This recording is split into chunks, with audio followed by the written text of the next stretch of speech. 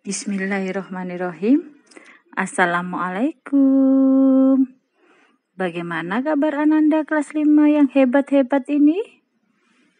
Insya Allah semua sehat ya.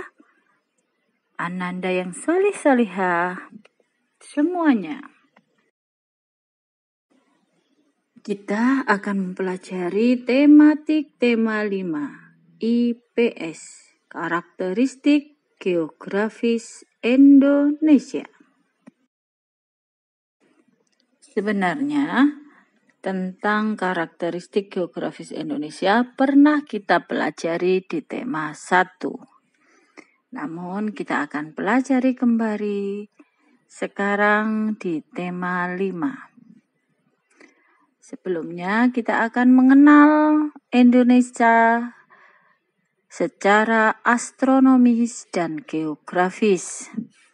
Secara astronomis, Indonesia sendiri terletak di antara 95 derajat bujur timur sampai 141 derajat bujur timur dan 6 derajat lintang utara sampai 11 derajat lintang selatan.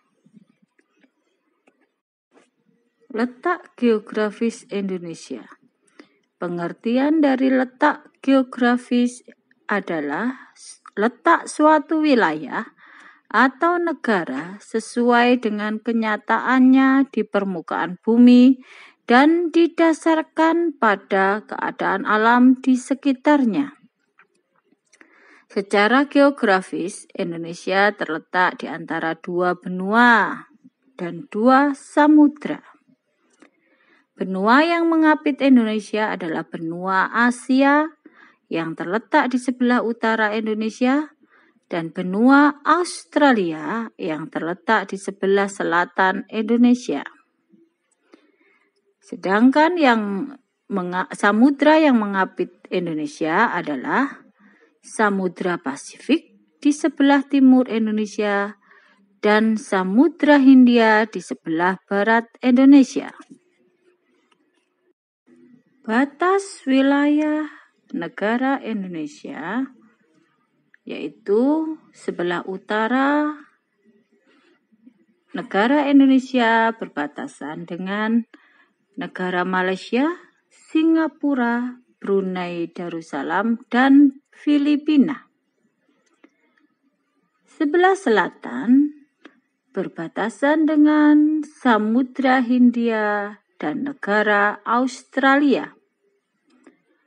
Sebelah barat berbatasan dengan Samudra Hindia, sedangkan sebelah timur berbatasan dengan negara Papua Nugini dan Samudra Pasifik.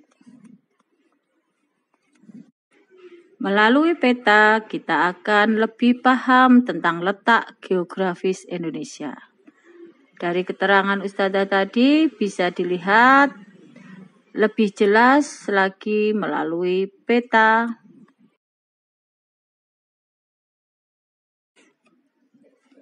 Setelah melihat peta, kita akan mempelajari tentang komponen peta. Yang pertama ada judul peta.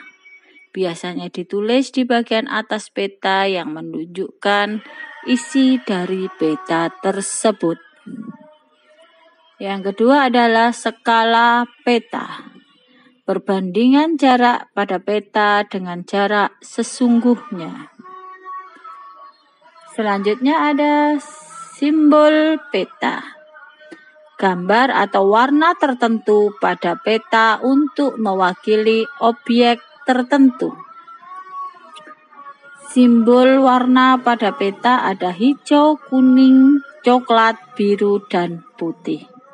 Hijau menggambarkan dataran rendah, kuning dataran tinggi, coklat pegunungan dan bukit, biru perairan, dan putih daerah bersalju.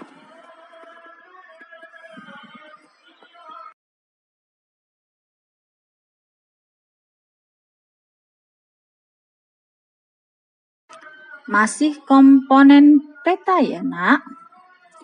Ada garis astronomis atau garis hayal pada permukaan bumi yang merupakan garis horizontal, disebut garis lintang yang garisnya dari timur ke barat, berguna untuk menentukan iklim. Sedangkan yang tegak merupakan garis bujur. Garisnya ada dari utara ke selatan, berguna untuk menentukan waktu. Ada legenda peta, keterangan beberapa simbol yang dipakai pada sebuah peta. Mata angin, pedoman utama arah mata angin. Insert peta atau peta kecil yang menjelaskan peta utama. Setelah kita membahas tentang komponen-komponen peta, kita akan membahas tentang kenampakan alam pada peta. Kenampakan alam dapat menentukan potensi sumber daya alam yang tersedia di wilayah tersebut. Dari peta, kita dapat melihat bahwa Indonesia termasuk negara maritim dan juga negara agraris. Mengapa Indonesia termasuk negara maritim? Negara maritim sendiri adalah negara yang memiliki luas laut lebih besar dibandingkan dengan luas daratan yang terdiri atas pulau-pulau. Oleh karena itu, penduduk yang tinggal di negara maritim banyak memanfaatkan sumber daya kelautan untuk memenuhi kehidupannya. Negara agraris adalah negara yang sebagian besar penduduknya bekerja sebagai petani yang mengolah lahan pertanian. Indonesia termasuk negara agraris karena didukung dengan banyak sekali gunung berapi yang aktif. Dan abu vulkanik gunung berapi dapat menyuburkan tanah yang berada di sekitarnya. Indonesia juga sebagai negara tropis sangat menguntungkan. Dengan adanya dua musim, yaitu musim kemarau atau musim kering dan musim basah atau musim hujan, sangat membantu para petani dan nelayan Indonesia untuk bekerja. Dalam surat An-Naml ayat 61, Allah berfirman, "Bukankah Dia Allah yang telah menjadikan bumi sebagai tempat berdiam, yang menjadikan sungai-sungai di celah-celahnya, yang menjadikan gunung-gunung untuk mengukuhkannya, dan yang menjadikan suatu pemisah antara dua laut? Apakah di samping Allah ada Tuhan yang lain? Sebenarnya kebanyakan mereka tidak mengetahui." Allah menciptakan bumi yang cocok sebagai tempat tinggal manusia.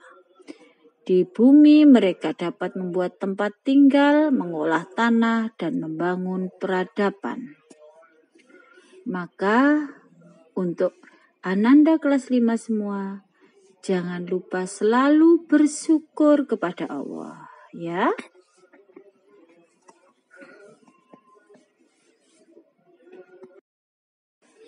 Alhamdulillah, terima kasih sudah belajar bersama. Tetap jaga kesehatan ya.